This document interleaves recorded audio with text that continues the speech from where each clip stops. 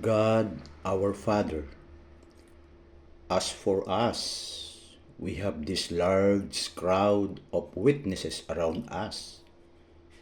So then, let us rid ourselves of everything that gets in the way and of the sin which holds on to us so tightly, and let us run with determination the race that lies before us.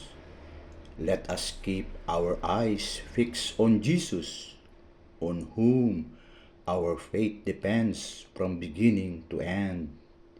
He did not give up because of the cross.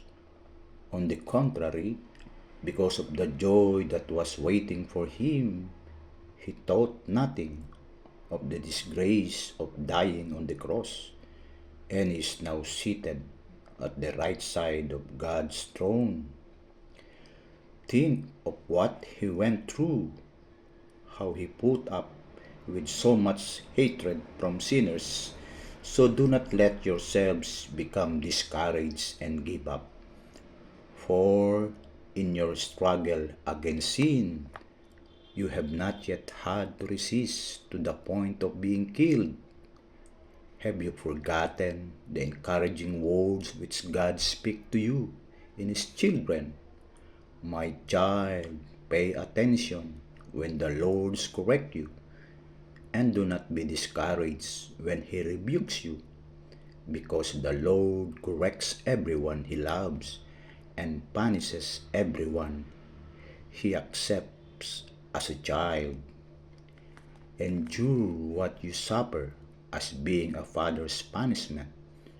Your suffering shows that God is treating you as His children.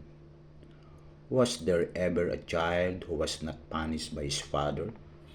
If you are not punished as all His children are, it means you are not real children, but bastards. In the case of our human fathers, they punished us and we respected them. How much more then should we submit to our spiritual Father and live? Our human fathers punish us for a short time as it seems right to them. But God does it for our own good so that we may share His holiness. When we are punished, it seems to us at the time something to make us sad, not glad later. However, those who have been disciplined by such punishment reap the peaceful reward of a righteous life